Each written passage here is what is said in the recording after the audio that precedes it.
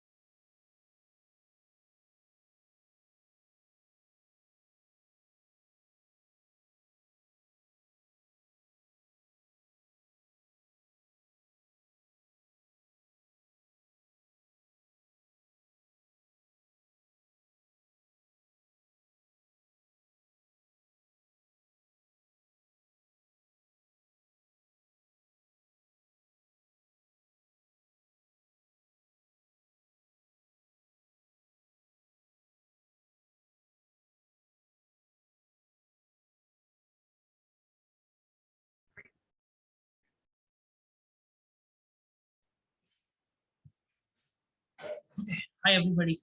Another day. Hope you are doing good. And good morning to everyone. Right. So, how many we have? We have 10 of us. Right. We wait for 1 more minute or 1 or 2 minutes. Let everybody join. Am I made the host? No. 1 second. I have to. call the epsilon people. 1 second.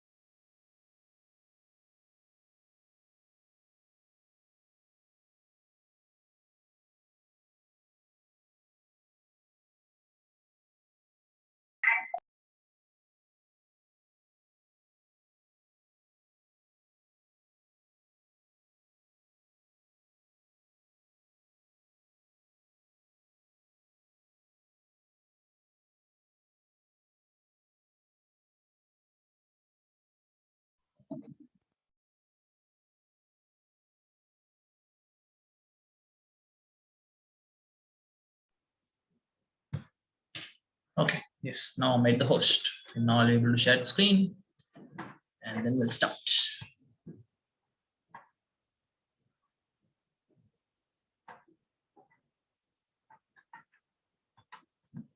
Okay.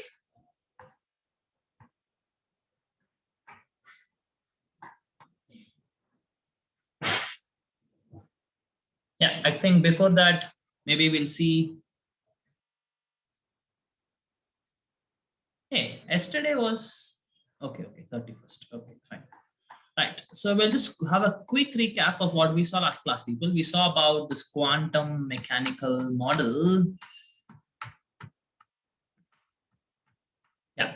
So quantum mechanical model, I told you that it is all going to be probabilistic model, right? It is probabilistic, right? He took the idea from Schrodinger was the one who's behind this quantum mechanical model. That's what we're using now. He took the idea from Bose, Heisenberg, and de Broglie, right? So now this psi is going to talk about nothing about its work function. It has no physical meaning, right? It is just going to talk about how the wave looks, right? I told you it's going to be a dual nature kind of model, right? So we like the wave nature as well as the particle nature, right? So this work function talks about what kind of wave we are going to have, right? And I told this psi is not a number, it's a function, right? It's like sine or cos, right? So as I told, this psi doesn't have any physical meaning, but if I square this function, what I'm going to get is the probability of finding an electron in a given volume, right? And for this x psi or psi squared of x or psi of x, this x are nothing but the input values. Okay, so the input values are nothing but the quantum numbers. Okay, right. Now before that we saw every orbit will have, or every shell will have subshells, and every subshell will have some orbitals. Like we actually didn't write it here, but we wrote it there. We'll see that. Okay, so the input values can be quantum numbers. We have 4 quantum numbers: principal, azimuthal, magnetic, and spin. All of them are going to answer 111 question, right? So principal quantum numbers denoted by the letter N. It answers the question of what is the main orbit shell or main shell number, right? So if it is first shell, N is equal to 1, second shell is equal to 2. So N can only be integers 1, 2, 3, 4, 5, and it represents what is the main shell. Okay, fine. Now, the next one was azimuthal quantum number by the letter L, right? Now, this L value depends on the N value, and what question it answers is what is the subshell. I would say orbital is not a good way to do here. You can tell what is the subshell, right? Now, how the N value depends on the N values like this: minimum value 0, maximum value is N minus 1.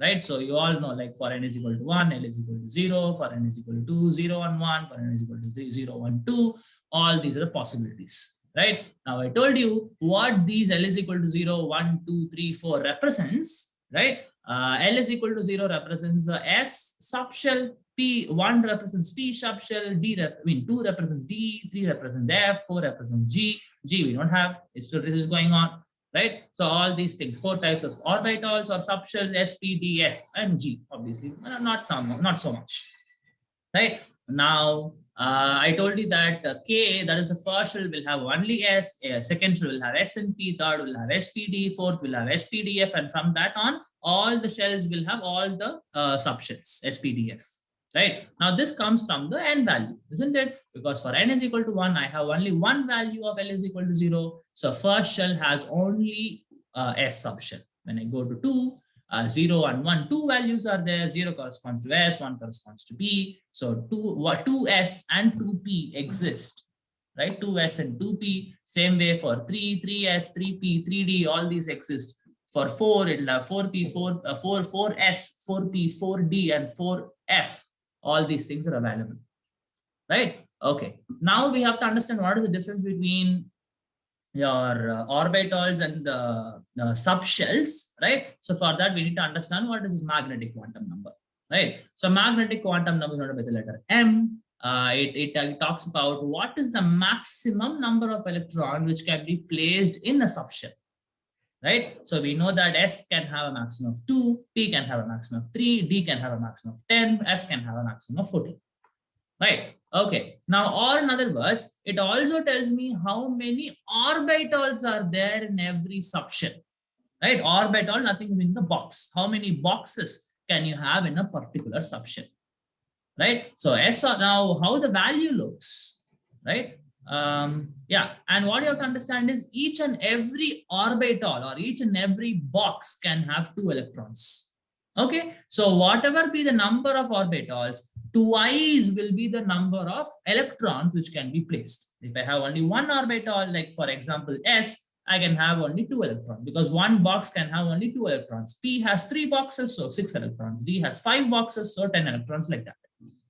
Okay, right.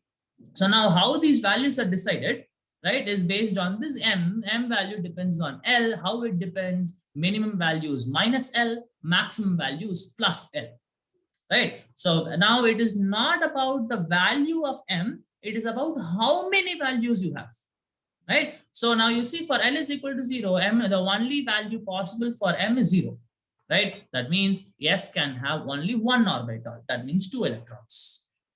Okay, same way when I go for L is equal to 1, the values possible for M are minus 1, 0, and plus 1, basically minus L to plus L, right? So we have 3 values of M, that means 3 orbitals, totally 6 electrons. Same way for L is equal to 2, minus 2, minus 1, 0, plus 1, plus 2 are the M values, 5 values of M, so 5 orbitals for D, right? Okay, then same way N is equal to 3 will have all these things. D will have 5, right? Now, I wanted to, like, say P has 3 orbitals, P subshell has 3 orbitals, and I'm going to give the name as Px, Py, and Pz. Okay, now we know what this X, Y, and Z represents, right? And same way for your D, it has 5 orbitals. So the name of the 5 orbitals: dxy, dyz, dxz, dz, x squared minus y squared, and dz squared. Okay, right? Fine. Now I told you that this psi has nothing. I told you that psi nothing but the wave pattern looks. This is how it's gonna look, right? And then we went on to see what are the shapes of orbitals. Okay, fine. So S orbital is spherical in shape. That's the name. That's what you have to remember, right? So 1s will be completely shaded, complete sphere, but 2s will be little different. If I have drawn a better diagram somewhere else, yeah, this is a better diagram, right? So this is how it looks. So this entire space is shaded, right? But in between these 2 circles, you will not. This is not shaded. That is the place where I have no electrons. The probability of finding the electron is 0. That particular place is what is called as a node. Okay, right? Fine. So that's what you have to understand. Right. Next, when I go to p orbitals are dumbbell shaped. Okay, p orbitals are dumbbell shaped. right? So now the orientation is very, very important, people. Px, Py, and Pz, the dumbbells are going to point along x-axis. You see Px, the dumbbell is pointing along x-axis. For Py, it is pointing along y-axis. For Pz, it is pointing along z-axis. Okay, you can even draw it this way. You can put z here and x or y here. Again, the thing is that you have to point it along the z-axis. That's what is more important, right? So that is what is p orbital. Again, if you want to see where is the node, it will be exactly at the origin, right? At the origin, there is no shaded region, right? So there, probability of finding electron is 0. There's a node there. Okay, right? So I think this is where we stopped, right? So maybe today I will continue with this angular and radial nodes. What are these, right? So as I told you, whatever p orbitals, like when you have a point, right? Whenever you have a point kind of stuff, that is what is angular nodes, right? And whenever you have a circle kind of thing, which happens in case of your s orbital like this becomes a radial node. Okay, radial, you know, radius, remember like that. Radius is not only for circle, right? So radial node will exist in case of circular thing like this, and your angular node will exist in terms of points, like say in case of origin, in case of Px, Py, and Pz. Okay, those are what are called as radial nodes and angular nodes. Okay, yeah, I think I'll put a new page and then we'll start. Any questions, people? Anybody has any questions till now from the previous class? Okay, I hope everything is clear, right? Okay. So today you are 12th, sorry, 11th, and today is 1st August. Right. Okay, fine. So I'm talking about these nodes, right? So is there any way we can calculate these nodes? Okay, calculate the number of nodes I'm telling. Okay, right. Now, please understand, there is a derivation behind this, but again, we do not have to go through. Even if I go through, it's very difficult for us to understand. Okay, but I'm going to give you a shortcut. Okay, now understand, the number of radial nodes, right, is equal to the L value for that particular subshell. Am I telling correct? No, I'm telling wrong. I'm talking about the angular nodes. Okay, so the number of angular nodes, right, will be equal to L of that particular subshell, right? For example, if we check P, I know P has one angular node, right? Just now we saw at the origin. Now, what is the L value for P? L value is 1, right? That means this and this are equal, right? So if I know what is the azimuthal quantum number, the azimuthal quantum number will be equal to the number of angular nodes which is present in the in a particular subshell, right? So if you take for S L value is 0, that means there are no angular nodes. There are no angular nodes. Okay, right? Then what do you calculate the radial nodes then? Radial nodes, or I would say the number of radial nodes, right, will be equal to N plus L. Is it like that? Yeah, it is N plus L. Okay, the sum of the azimuthal quantum number and the principal quantum number and the azimuthal quantum number. Okay, say if I check something missing, is it N minus L? No, the number of radial nodes would be wait. Total number of nodes is N plus L plus 1, right? So in that, the number of angular nodes is L. So number of radial nodes will be N plus 1. N plus 1 if I do for S or 1S, it's not working. I think there's something wrong. What is wrong? What is wrong? What is wrong? Or is it total number of nodes? I think it is N minus L minus 1. Is it correct? If I put that 1 minus 0 minus 1. Yeah, absolutely. And if it is for 2S, it will be 2 minus 0 minus 1, which is 1. Okay, got it.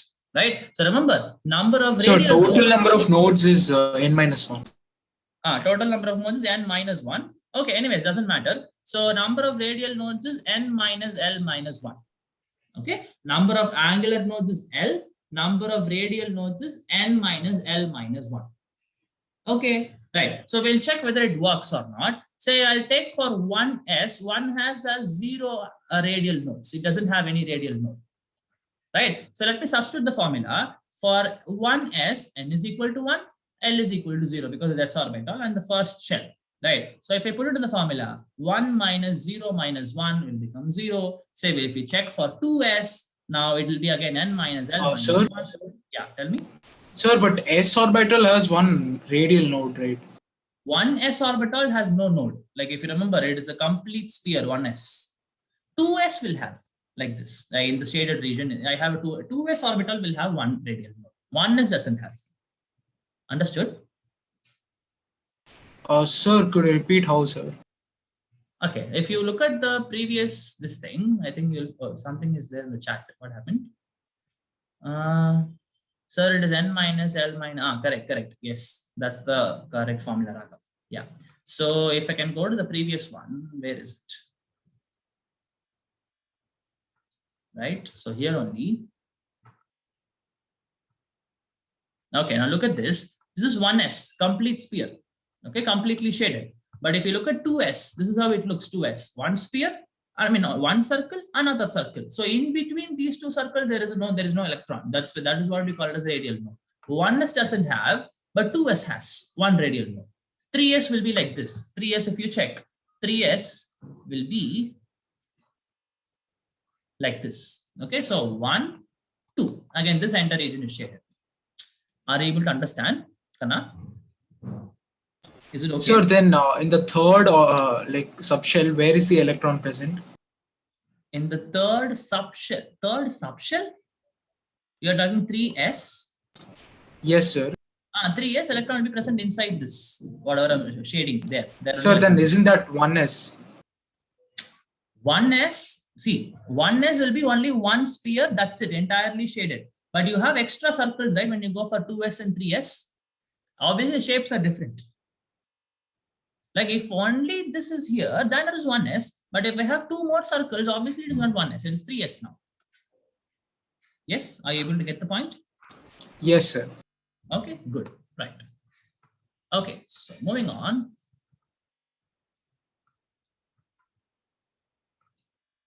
Okay, so what I was telling is you're checking for 2s whether this formula works, n minus L minus 1. So I have n is equal to 2 for 2s, L is equal to 0 again. So now what happens? N minus 2 minus 0 minus 1, which will be 1. So that means 2s has one radial node.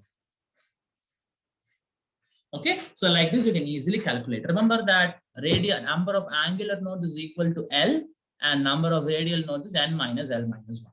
That's it. Okay, and obviously if you calculate it, the total number of nodes would be n minus 1. Right? Say now we can check for p orbital. P orbital has no radial node, right? It has only one angular node. Say let me check for 2p. Right? So n is equal to 2, L is equal to 1 for 2p. Right? So 2 minus L is 1 minus 1, which will again become 0. Very simple. Okay, right? So this works. Right. Okay. So that is about radial and angular nodes. And yesterday's class, we saw about p orbitals and s orbitals' shape. Today, we'll try to understand what is the shape of d orbitals.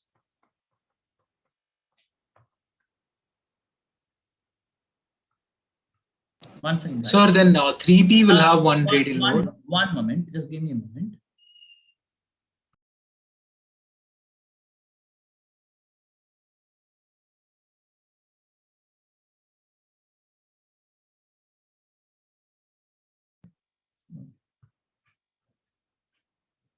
Yeah, so what was the question, Kana? Someone was asking something? Sir, 3p will have one radial node. Yeah, 3p will have one radial node. But looking at the structure of 3p will be very difficult. Okay, because we will not be able to show you on 3D. If you're interested, just Google it and you'll be able to see the structure of 3p, how it looks. Okay? Yeah, tell me. Sir, so p orbital has three planes, right? Dx, dy, and dz. Px, py, and pz. Yes, correct. So what are the planes for S orbital? S orbital is complete, like entire this thing is sphere. Say if I have to draw it, say I have this entire 3D, the entire, this is a sphere, right? Sphere is always a 3D structure. It is going to have all the three planes present. Like say if I have to, say you assume your room, right? Whatever the room you are in, assume that there is a big sphere in front of you. It covers all the three axes, right?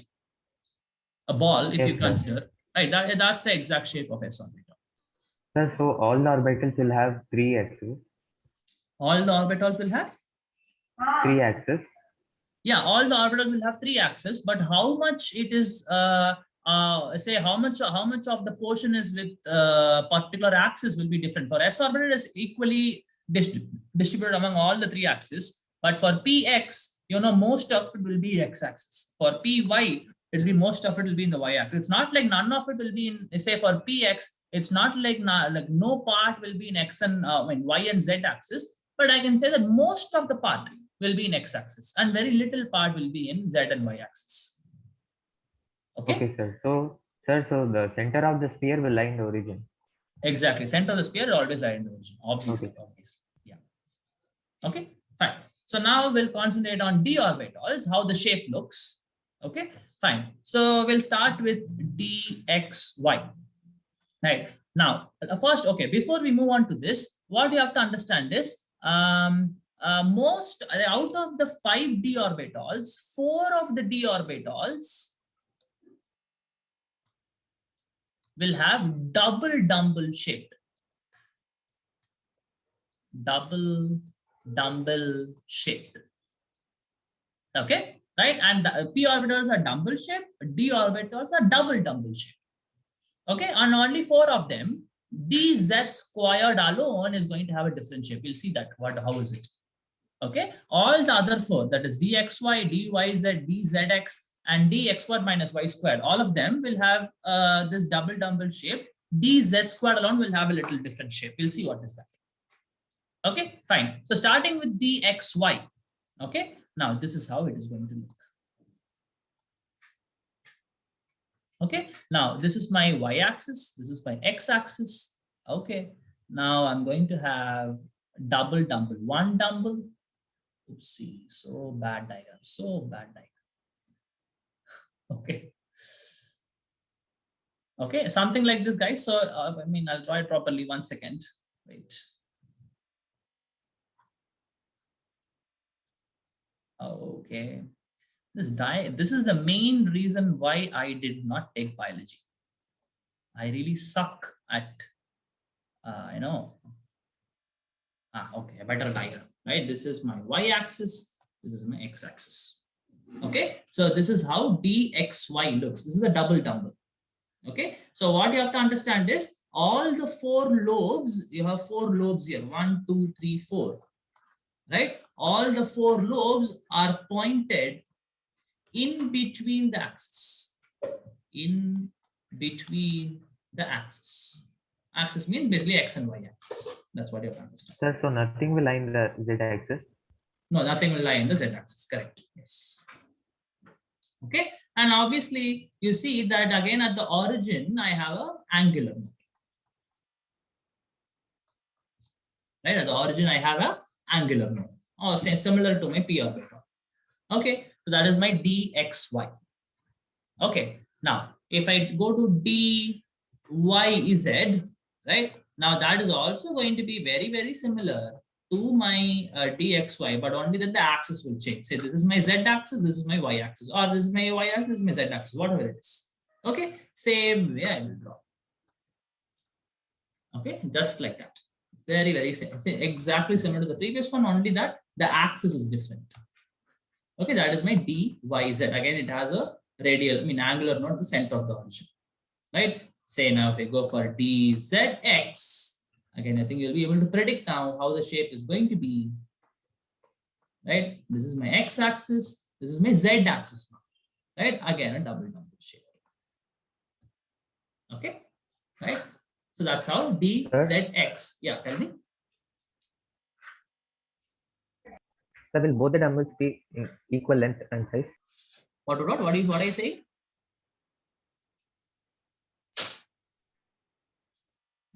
I don't know whether you're Sir, speaking now or not. this is double dumbbell, right? So, Yeah, it is a double dumbbell. for Yeah. example, in the diagram which you drew, Hmm. yes, sir. So in the diagram which you drew, 2 and 4 makes one dumbbell. Hey, no. That's what I'm telling. My diagram is very bad. All 4 lobes are of same size only. Don't worry about it.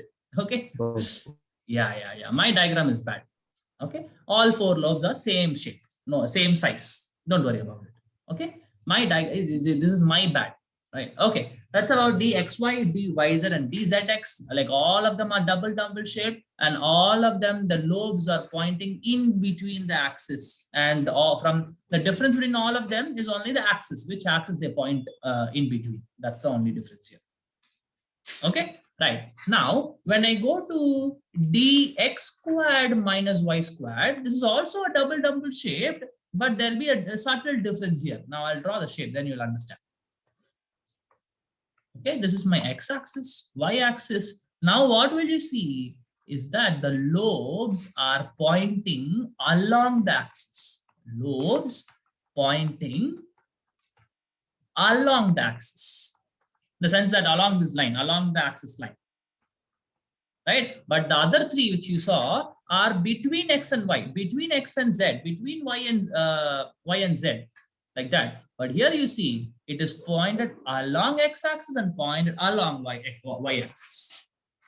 Okay, so that is the difference between dxy, yz, and zx and dxy minus y. All are double shape, but previous ones are pointed in between the axis, but here the lobes are pointing along the axis. That's the only difference. Okay, now I told you 4 of them are double. One of them, that is dz squared alone, is a little different, right? So dz squared is going to look like this. Okay, so dz squared. Okay, so assume that this is my z axis and this can be x or y, doesn't matter. Okay, now how the shape is going to look, this is how the shape will look. There will be one dumbbell along the z axis, and if I can use some other color, there is going to be a ring surrounding the this lobe, right? It's like this. Say, assume that this is the lobe, top lobe, bottom lobe. Surrounding this, I will have a ring, just like Jupiter, how it has, right? That has a ring, right? Jupiter, just like that. This is the lobe, which is pointing along z-axis. Surrounding this, I'm going to have a ring like this. Okay, right? Fine. That is the shape of dz squared. Okay, pointing along z-axis, and there is an extra ring which is surrounding the lobe. Okay, fine. Now you look at this. Now dz, till now what you saw, dxy, yz, zx, and dx1 minus y squared had only angular nodes. Right? Only angular nodes are the center of the origin everywhere, and even in the previous cases. But here you see it has one angular node, an, I write angular node, and one radial node also. Where is radial node coming from? Here. I have a circle, right? So that is again this particular region, the unshaded region again is a node. Okay, so dz squared alone will have one angular node and one radial node. Other things are having only one angular nodes. Now the radial node is coming because of the ring which is surrounding the node. Okay, I hope this all makes sense. Right, the shapes of the orbitals are, they can come in your 5 marks. They can ask you to write the shapes of all the orbitals. Okay, s orbital, px, py, pz, and all the 5d, all the 5d orbitals. Okay, right. So these are the shapes of different orbitals. Done, right? Okay. Next thing, what we missed last class is about the 4th quantum number. Right? We saw about principal, azimuthal, magnetic. The only thing which we didn't see is about the spin quantum number. Okay, spin quantum number is denoted by the letter S. Okay, now this spin quantum number does not depend on any of the quantum numbers, does not depend on any quantum number. Okay, now this, what question it answers? It answers the question of what is the direction of rotation of an electron. Okay, the question this spin quantum number answers, what question it answers is, what is the direction of rotation for an electron? Right. Now we know that electron will be continuously revolving around the nucleus as well as rotating around itself, just like how planets undergo revolution and rotation. Right. Just like the electrons also will revolve around the nucleus as well as undergo rotation. Okay. Now there can be two possible directions of rotation. Correct. So what there are only two possible. Can you tell me what are the possibilities of directions of rotation? Only two possibilities. What are they? Clockwise, anti-clockwise. Absolutely right. When I go around the circle, when I rotate, either I can rotate this way or I can rotate this way. Right. So only two possibilities: clockwise direction and anti-clockwise direction. Right. Okay. So obviously I will have only two values of S are possible. One value for clockwise, another value for anti-clockwise. Right. Now the possible S values can be either plus half or it can be minus half. Right. Now why this half? Do not worry about it. Right. And this plus and minus again indicates it gives me clockwise and anti-clockwise. Again, it's not like plus will indicate clockwise and minus will indicate anti-clockwise. All you have to understand is plus can indicate clockwise as well as anti-clockwise, and minus can indicate clockwise or anti-clockwise. But what you have to understand is if you choose that plus indicates clockwise, then minus will indicate anti-clockwise. If you choose that plus will indicate anti-clockwise, minus will indicate clockwise. That's what you have to understand. Okay, right? Either clockwise spin or anti-clockwise spin. The values can be interrelated. But one thing, say clockwise if it's plus, anti-clockwise is minus, and vice versa. Okay, so that is what is my spin quantum number. Okay, right, fine. Now we understood all the quantum numbers. Right. Next thing what you have to understand is how do we write the electronic configuration in terms of this SPDF. Now we know how many number of electrons can be there in each and every orbital. Each shell has what subshells, and each subshell has how many orbitals. All these things we know. Right. So now we are ready to understand the electronic configuration in terms of orbitals, or I would say subshells. Okay, how are we going to do it? Right. So for this, there are various rules which you have to follow. Okay, among them, the first one is what is called as Aufbau's principle. Right. Among them, the first one is what is called as Aufbau's principle. Take down the statement for Aufbau's principle.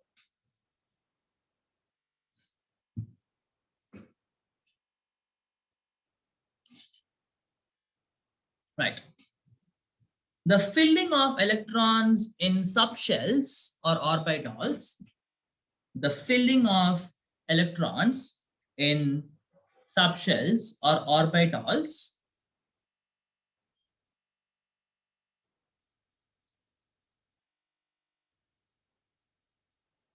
should be done, the filling of electrons in orbitals or subshells should be done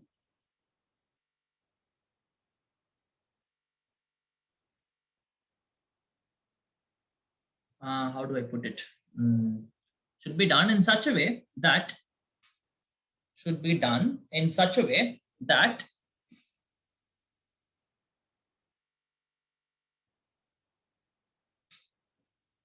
the lower energy orbitals, such that the lower energy orbitals are filled first, ARE, are filled first, such that the lower energy orbitals are filled first, and then the higher energy orbitals, and then the higher energy orbitals. Okay, let me repeat the statement, people. Yeah, once I'll repeat the statement, then you can ask. Sir. So what I'm telling is, the statement goes like this. The filling of electrons in orbitals or subshells should be done in such a way that the lower energy orbital gets filled first, and then the higher energy orbitals. Okay, that is the principle. Yes, ask your doctor. Sir, can you once go to the left of the page? Yeah, sure. Tell me, this place or here? No, sir, it's the orbitals. Orbitals. Oh, you want to go to the previous things? No, 1 minute. Dx square minus y square about the angular nodes. Okay, okay. Here, okay. Dx Angular square minus nodes or y d square. orbitals. Yes. That's fine. Okay. Dz square has one angular and one radial. This one only? Yes, sir. Tell me. Sir, here the axis mentioned are x and y, but then why are we taking y and Why are you taking y and? o? Y and?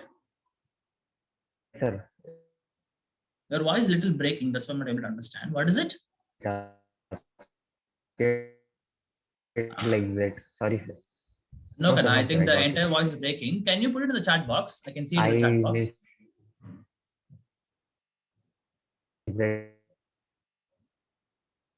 that. Your entire voice is breaking, Kana. Can you put your thing in the chat box? I can see it in the chat box.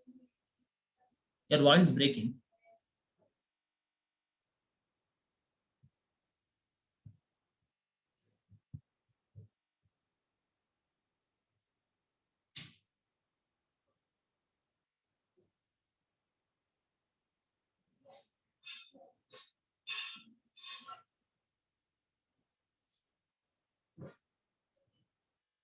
Okay, let him type. So till that time, what I was telling is, yeah, if you look at the Aufbau's principle, look at the statement, people. Right. So I have lower energy. So basically, the orbitals, all the subshells, can be arranged in the ascending order of energies. Okay. So the first thing is orbitals, or let's say subshells, are arranged in the ascending order of energies.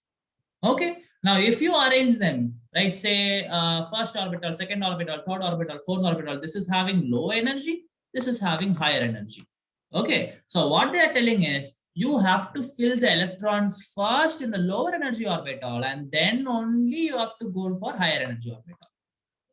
Okay. First, the lower energy orbital is completely filled.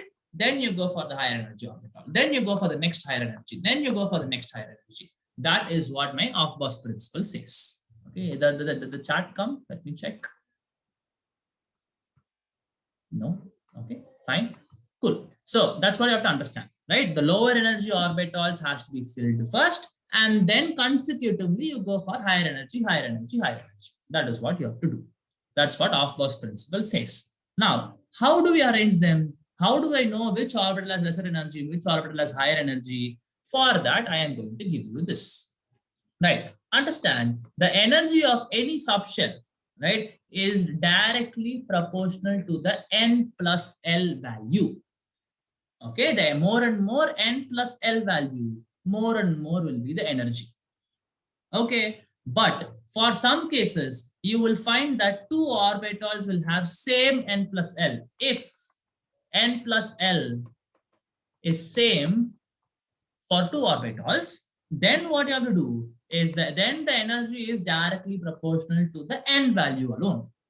Okay, the first priority goes to n plus L value. More and more n plus L value, more and more energy, right? But in some case, you will find that two of the orbitals will have same n plus L. In that case, you give preference to n value alone. More n value, more energy. Okay, right. Say if you look at this, say I'll write it like this: 1s, 2s, 2p, 3s, 3p, 4s, 3d. Okay, this much is enough. Okay, fine. Now let me calculate the n plus L value for all of them. Okay, now you look at 1s, n value is what here? Can someone tell me n value is? 1. 1. L value is? 0. 0. So 1 plus 0, or I'll make it a better presentation.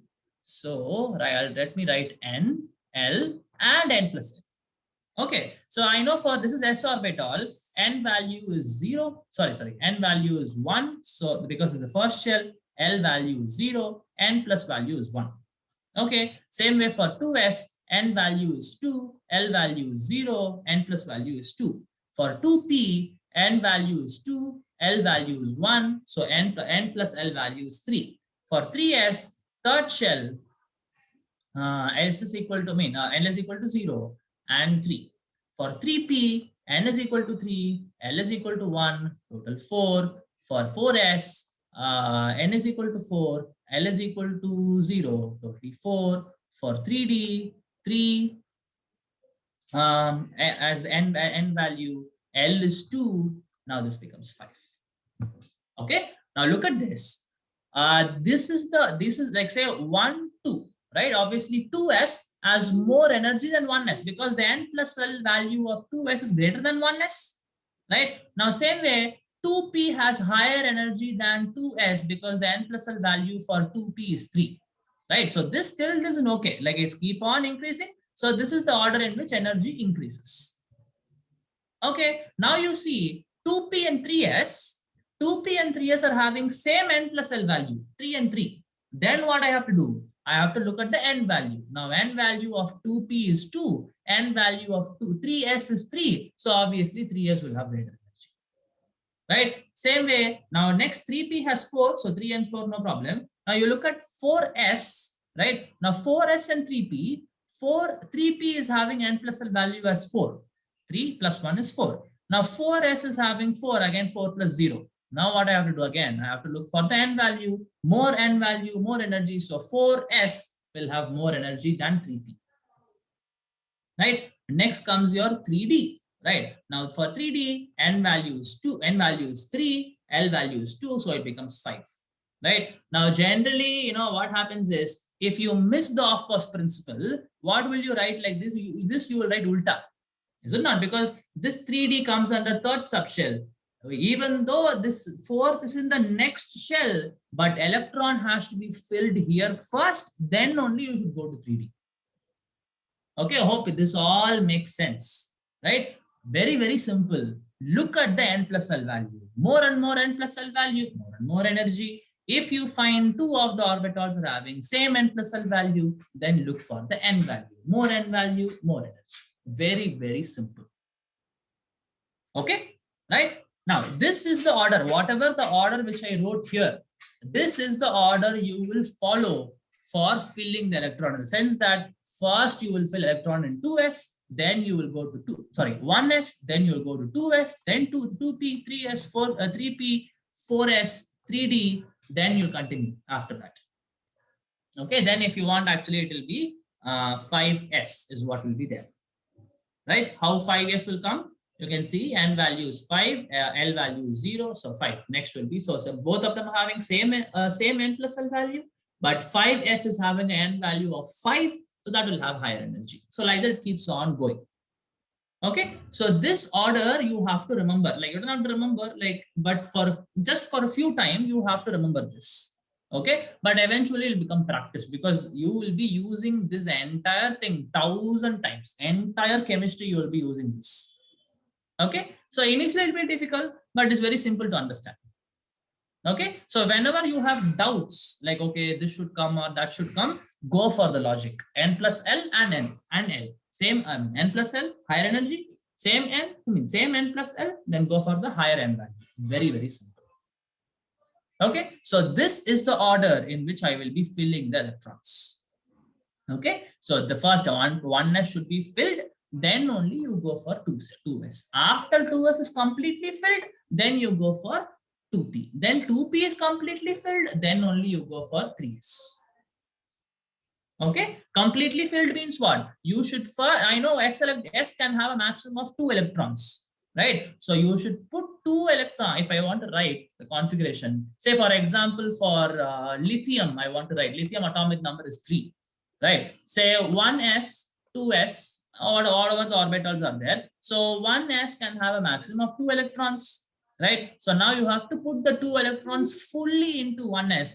Then the third electron only has to go to 2s, right? Say if I talk about boron, which is having an atomic number of 5, right? So I have 5 electrons to be filled. So 1s can have a maximum of 2 electrons. So you'll fill that completely. Then you go to 2s. Again, s orbital can have a maximum of 2 electrons. You fill it completely. Then you go for 2p, which is there, which will have only 1 electron.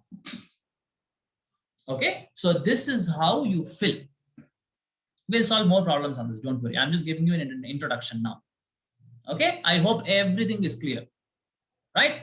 Now that you have seen it in school also, right? It should be very, very clear to you what I'm trying to say, right?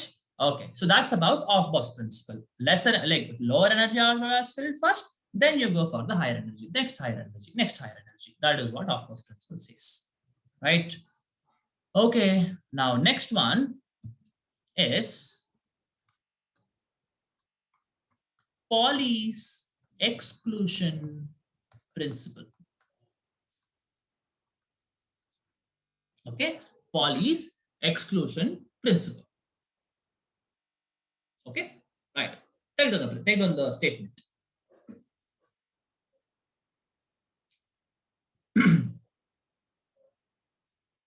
I hope you're ready. Right. So the thing says no two electrons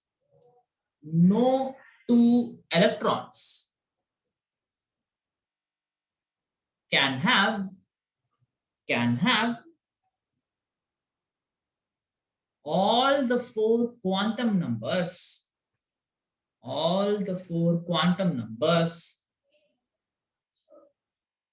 to be same. Okay, I'll repeat the statement, people.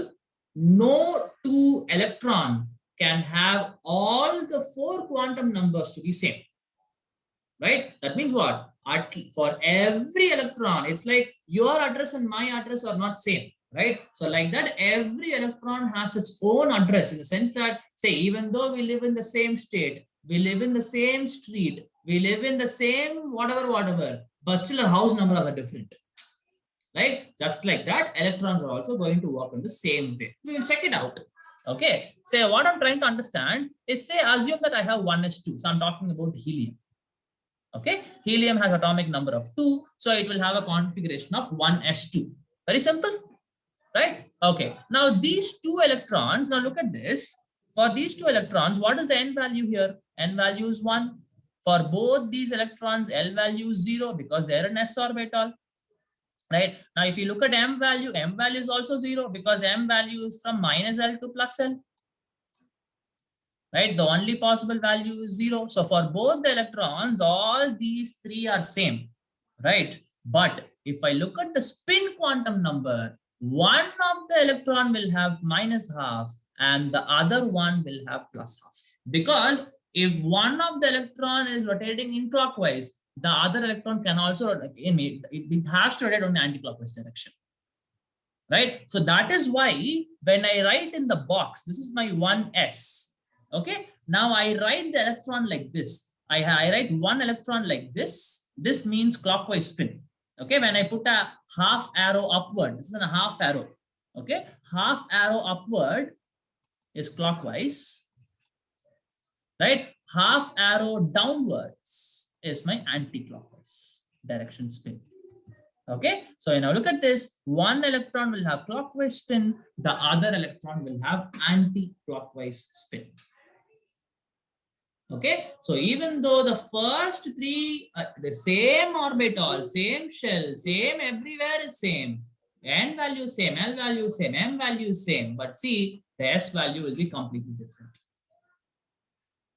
Okay, so if I have to rewrite the statement, actually I can take one more statement, people. Take down one more statement for Pauli's exclusion principle. Take down one more statement.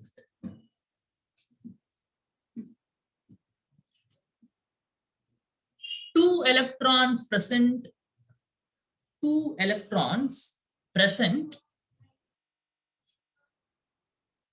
in the same orbital. I'm not telling subshell. Okay, one box I'm telling. Okay, so two electrons which are present in the same orbital should have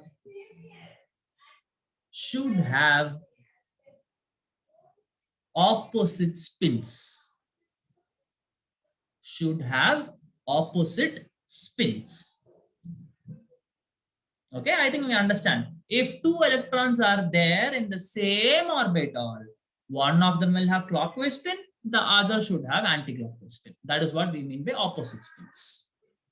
Okay, I hope this all makes sense. Either you look in terms of quantum numbers or you look in terms of spin or whatever it is. In the same orbital, if you have two electrons, they should have opposite spins, one clockwise, another anti-clockwise. Okay, so this is what Pauli's exclusion principle tells us. No problem. Okay, right. Fine. The third one, I think the final one, the rule is Hund's rule of maximum multiplicity. Okay, Hund's rule of maximum multiplicity. Okay, take down the statement.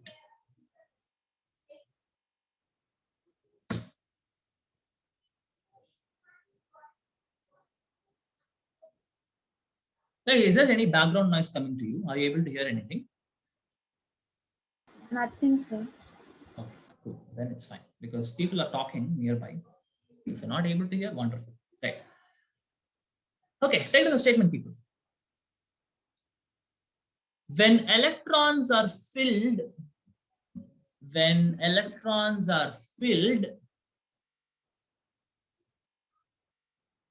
in degenerate orbitals. Okay, let me write D. Okay, right. So when electrons are filled in degenerate, in bracket you write same energy. Okay, when electrons are filled in degenerate orbitals, comma, all the degenerate orbitals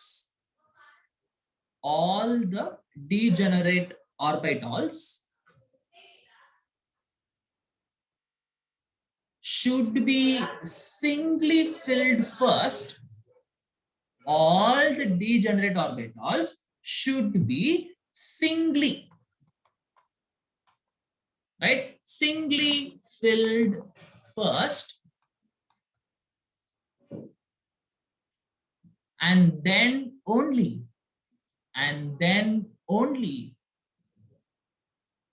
pairing has to happen.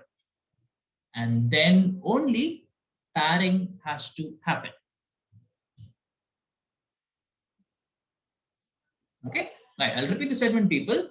When electrons are filled in degenerate, in bracket, same energy orbitals, right? All the degenerate orbitals has to be singly filled first, and then only pairing has to happen. Okay, and then only pairing has to happen. Okay, fine. What do you mean by this? First, we try to understand what are these degenerate orbitals. Okay, now please understand, people. When I go to 2p, we put three boxes, right? It's nothing but px, py, and pz. Right now, will this px, py, and pz will have same n plus l value and same n value also. Very simple, right? 2p, what happens? 2p, n values 2, l value is 1. Basically, it's 3.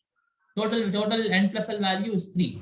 Px, py, and pz, all of them will have same energy, right? Same n plus l value. So obviously they have same energy. Same goes with your 3d orbitals. When you put 5 boxes, all the 5, that is dxy, yz, zx, x squared minus y squared, and your z squared, all of them will contain d, whatever, right?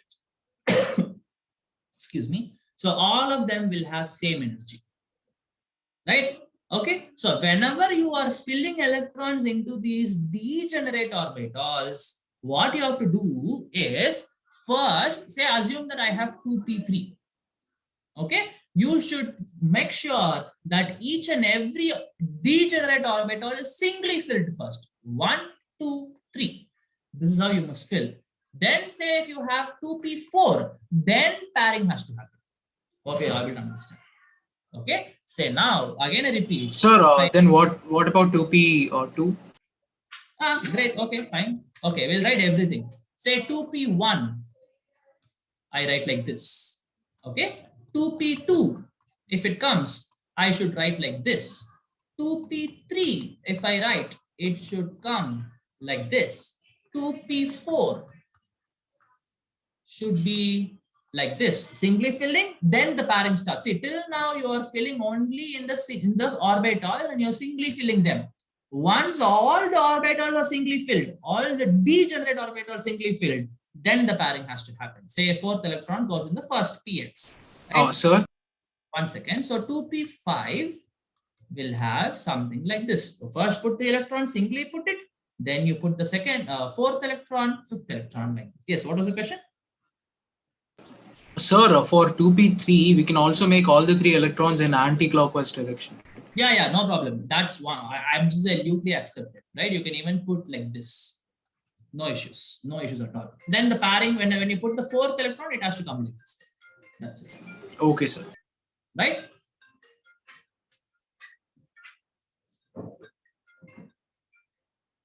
Okay, I'm sorry, guys. Okay, so hope you understand what do you mean by Hund's rule of maximum multiplicity. Okay, whatever be the degenerate, same goes with your 3D also. Say, look at this. Say when I write 3D 1, okay, we'll likely go for 3D 5, right? So when I write 3D 5, 1, 2, 3, 4, 5, I'll fill like this. Then when I go to 3D 6, then only pairing has to happen. 1, 2, 3, 4, 5, then pairing has to happen. Same way 3d7 will have another electron here. 3d6 will have, 8 will have another electron, like that will keep on going. Okay, I hope everybody understood what do you mean by Hund's rule of maximum multiplicity. When you have degenerate orbital, that will happen in case of px, py, and pz, and this dx, y, y, z, x, y, minus y, and z squared. Whenever you are filling in these orbitals, you have to singly put the electron first, then only pairing has to happen. Okay, I hope this all makes sense. Right, now Aufbau's principle, Pauli's exclusion principle, and your Hund's rule of maximum multiplicity, all of them should be in your fingertips along with the quantum numbers. Not quantum numbers, but quantum numbers for us to understand only what orbitals, how many subshells, how many orbitals will they have, all those things. Now, if you can understand these three things, right, the Aufbau's principle, Pauli's exclusion principle, and Hund's rule of maximum multiplicity, right, then you are now set to write the electronic configuration. Okay, fine. Now I am going to give you a question. Like say I have calcium, which is having an atomic number of 20. I want to write the configuration in terms of SPDF. Okay, I want to write it in terms of this thing. And you show this 1s, 2s, whatever. And I want to see in terms of boxes also, whatever, like p orbitals, whatever. I want to see this number of boxes also. Okay, go for it. Right, you write the configuration and you write the box configuration also. Right, go for it. And tell me when you finish it. Like what you can do is, first you write the electronic configuration here and then you put it in the chat box. I want everybody to participate. Okay. Sir, calcium to which element? Calcium 20. Calcium is atomic number of 20. Right. Oh, okay. Only for calcium. Only for calcium. Just write it for calcium.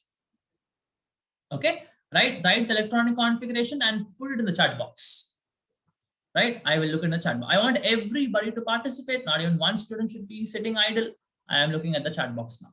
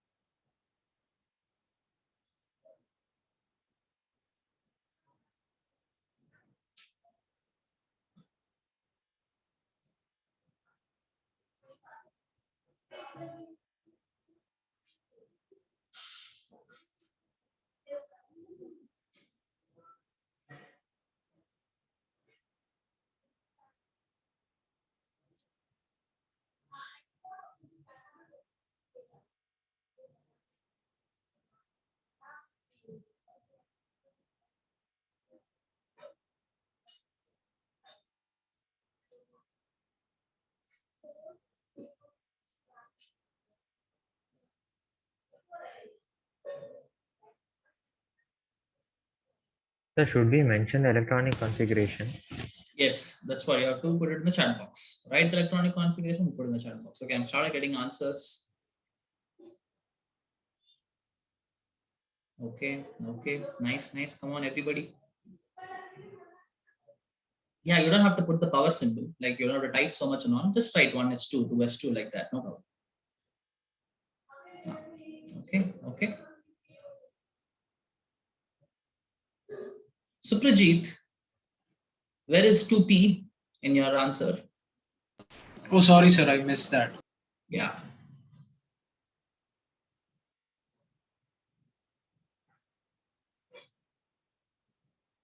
Yeah, come on, everybody.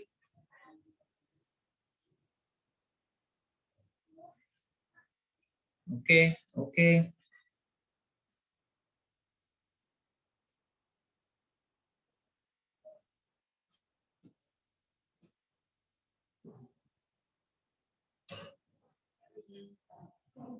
Right? Good, good. Almost everybody is getting it correct. Not almost everybody. Everybody got this right. Right? Absolutely. Very good people. Very good. Right? So we have to fill 20 electrons here. Right? So why is it looking little suddenly looking so big? Did I make it big? Okay, fine.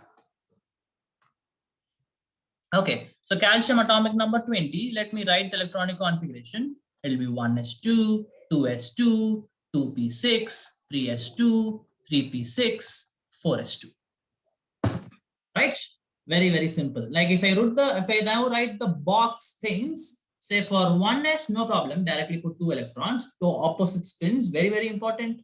Same way, 2s, 2 electrons, opposite spins. And when you go for 2p6, 1, 2, 3, and again 3, 4, 6. This is how you must fill.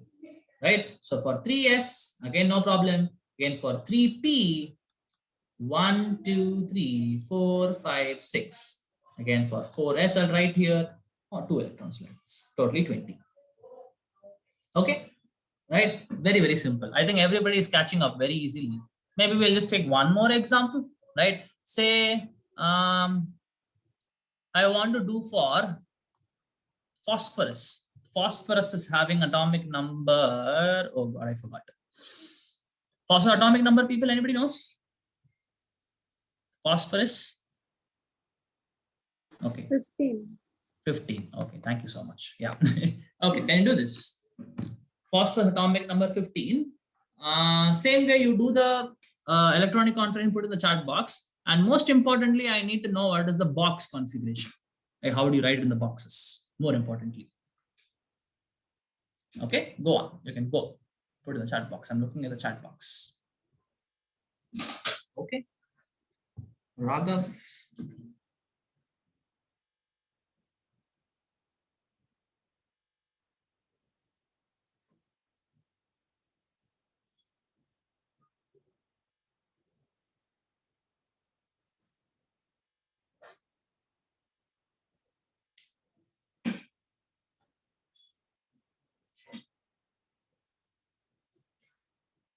Suprajit and Raghav, you both wrote 2, 3p2. I think one electron is missing. Please check.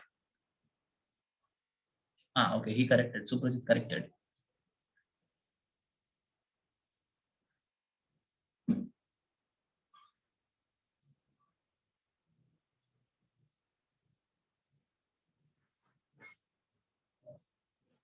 Okay.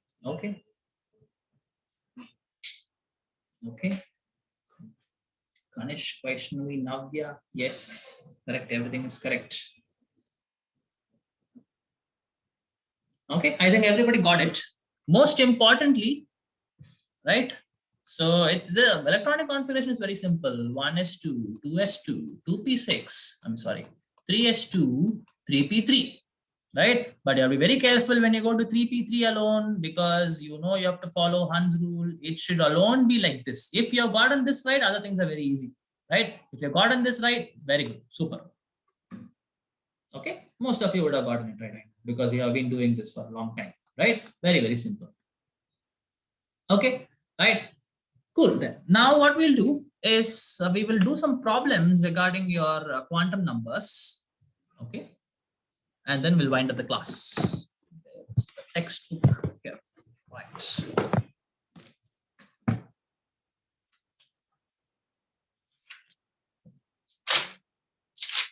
And yeah, basically you're completed the chapter, people. Be happy about it.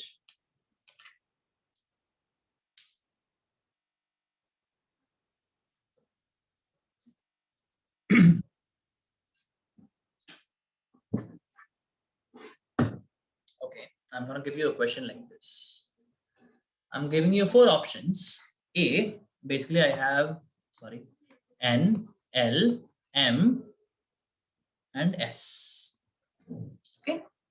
So A, B, C, D, 2, 3, 3, 3, 1, 2, 0, 1, 0, 0, 0, 0,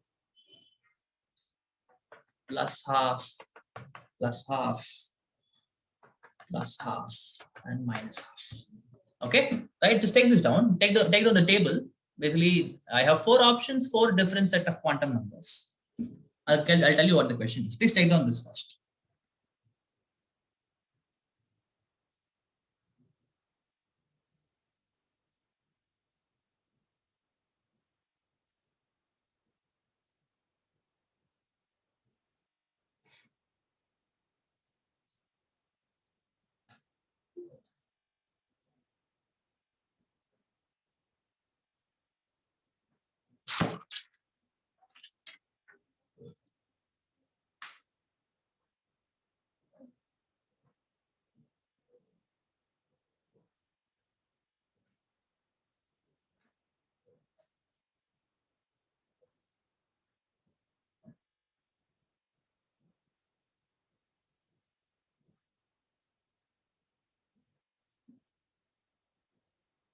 Okay, if you've taken this down, the question is, out of these four,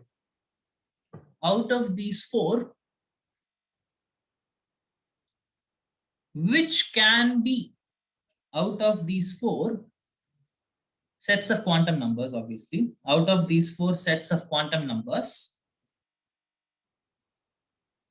which can be possible? Which can be possible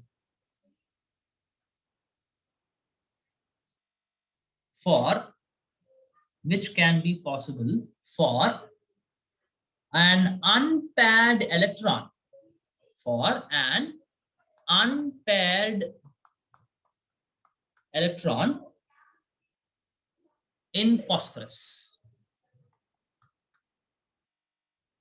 Okay, out of these 4 set of quantum numbers, which is possible, which can be possible for an unpaired electron in phosphorus? Okay, think about it and tell me the answer.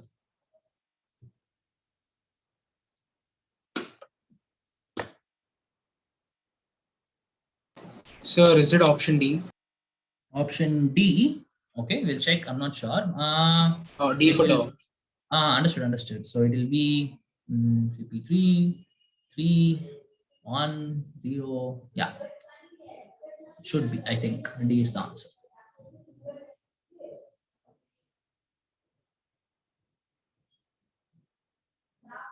Right? Anybody agrees with him that D is the answer, or anybody has any other answers? D is the correct. D is the correct answer. It's very simple, right? So basically, you look at the phosphorus. I know atomic number is 15. I already know the configuration. We just wrote, right? 1s2, 2s2, 2p6, 3s2, 3p3. Now they're talking about unpaired electron. Very, very important. They're not talking about the paired electron. Unpaired electrons are present only in p orbital, 3p. Okay. So either of this can be a set of possible quantum numbers. Okay. So for all of them, people, when I write 3p or this thing, n value is what? N value is 3. For p orbital, L value is 1, right? And m value can be what? Can be -1, 0, or +1. All 3 values are okay. M value, right? And S value can be either -half or +half. I told you there is no restriction here. This can all be either clockwise spin or all of them can be anti-clockwise spins. No problem. Okay, so n is equal to 3, I Yeah. need to have. So either B, C, or D. L is equal to 1, I need to have. So the only option from here I can directly tell is B is the answer, because see, B, C, D only is having 3. This is having 2, 0, not possible, because I need to have the L value as 1. So X, I can blindly say, but that D is the answer. Yes, any questions? Someone had any question? Sir, Again, there's a network issue, I guess, from your side, Kana. I'm not able to hear. The voice is breaking. this one. I know you're speaking, but whatever you're speaking, I'm not able to understand, Kanna, because your voice is breaking.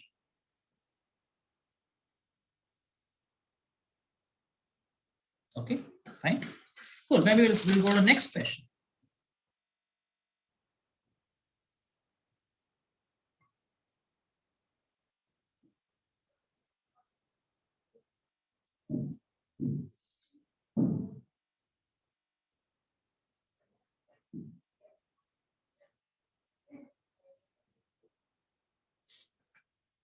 Okay. Here's the question.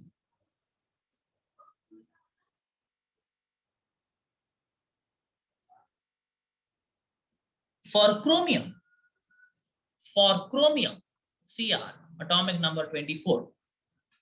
Okay, for chromium,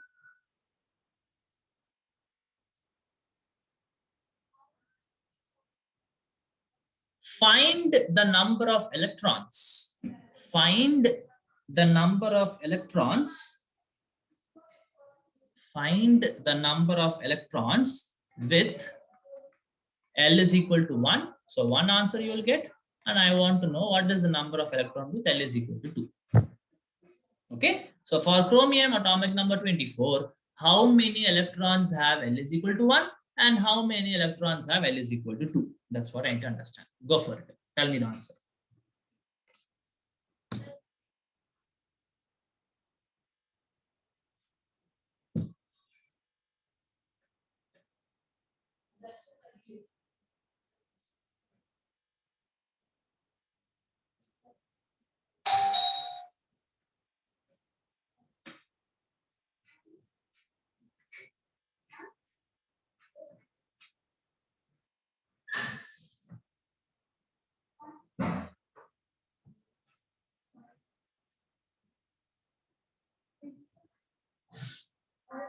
So L equals 1 is 12.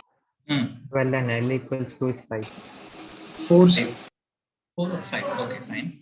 L is equal to 1 is 12. And you got two answers for L is equal to 2, 4 and 5. Okay. Both of you check one more time and tell me which is correct. Sir, I think it's 4. Okay. The other guy accepts. Is it 4 or 5? Sir, 5, sir. Okay. The 3D Fine. 5, sir. So 5 like. Okay. Okay. Fine. We'll check it out. Right. Fine. We'll write the configuration now for 24. 1s2, 2s2, 2p6, 3s2, 3p6. How many over? 8. Sir. 10 got over. 4s1 right? Okay. and 3d5. 4s1. Oh, I totally forgot about this. I'm so sorry. Guys. Okay. Actually, there is a small thing which you have to know, right? The thing is, when you have chromium, we'll come back to the answer. Okay, I'm so sorry. It's my bad that you missed it. Okay, so for chromium, okay, actually I'll explain here only, right? So we generally write, how do we write it is 4s2 3d4. This is how we finish it. Okay, right. But whenever you have this kind of situations, okay, there is thing called as half-filled stability. Okay, whenever I have orbitals, especially for p or no, this will not work for s orbitals, people. This will work only for p and d orbitals. Okay, now what should happen is, whenever you have a situation like this, okay, it is now, if at all I can have half-filled configuration. When I have half-filled configuration, it is going to give me more stability. Okay, right? So keep that in mind. Half-filled or fully filled configuration, right? Half-filled P or half-filled D, say, will give more stability than obviously other configuration. Again, when you have fully filled P or fully filled D, I'm talking about the valence shells. Only this will work only for valence shell, and it will work only for P and D valence shells. Very, very simple.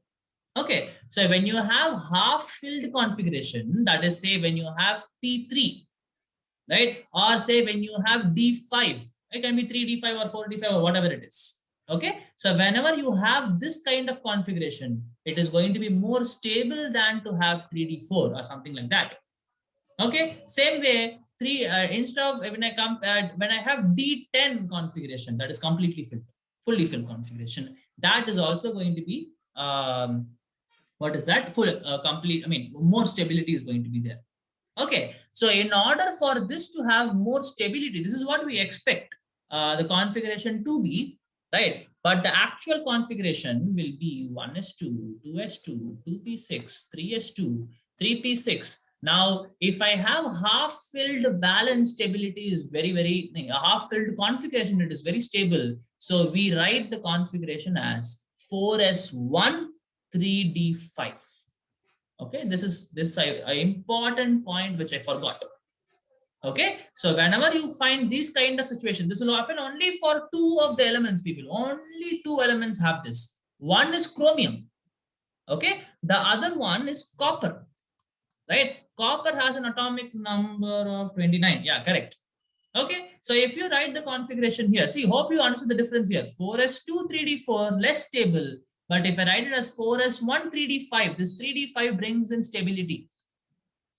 Okay, so this is how we write the configuration. Okay, same way for copper, 29, you write 1s2, 2s2, 2p6, 3s2, 3p6, 4s2, 3d9 you will write.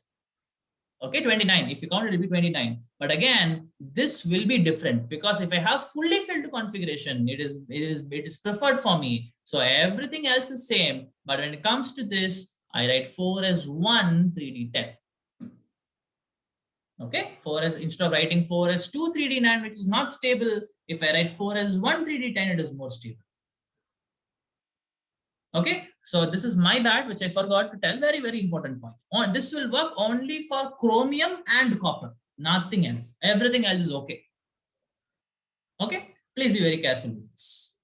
Right, now answering the question, right, answering the question, how many electrons have L is equal to 1? Basically, they're asking how many electrons are there in the p orbital, right? So I can understand from this, right, I have 2p, 6 electrons, 3p, 6 electron. Is very simple. Totally, I have 12 electrons in L, with L is equal to 1.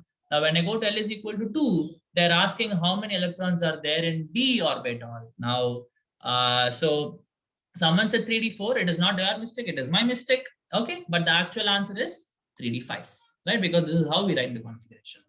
Okay, so how many electrons are there? It is 5 electrons. Okay, so this is a very small thing, but a very important thing which you have to remember. Okay, right? Sir? Fine. Yeah, please tell me. Sir, is my voice clear now? Again, your voice is breaking, Kanna. Fine, never mind, sir. I'll ask in WhatsApp. Yeah, better. Yeah, you can always also ask me in WhatsApp. Okay, right. So is there anybody has any other question here with this? Okay, so I know we have 10 more minutes, guys, but I'm going for a trip. Okay, my flight is at 2 o'clock. My flight is at 3 o'clock. So I'll start now. Okay, so maybe we'll see next week. Oh, next week you don't have a class. Okay, now it's what I'm telling you people, next week no class. Right, we will compensate it because I'll be on a trip. Okay, I'm going outside. So next week no class. We'll be having I'll be compensating the class in the coming weekend. I mean, coming weekdays. Like say after the Sunday, whichever weekdays comes, at those days we'll try to compensate it. Okay, so next week you're free. That Sunday you're entirely free. You can go out, enjoy. Right, fine. So let me stop with this for today, and then we'll meet after some, I don't know how many days, maybe 10 more days. Okay, most probably we'll meet. Okay, any questions anybody has? Clear. Okay, Cool then. Then we'll stop with this for today. Thank you so much, people. We'll meet again. Thank you. Thank you, Thank sir. you. Thank you. Thank you. Thank you, everybody.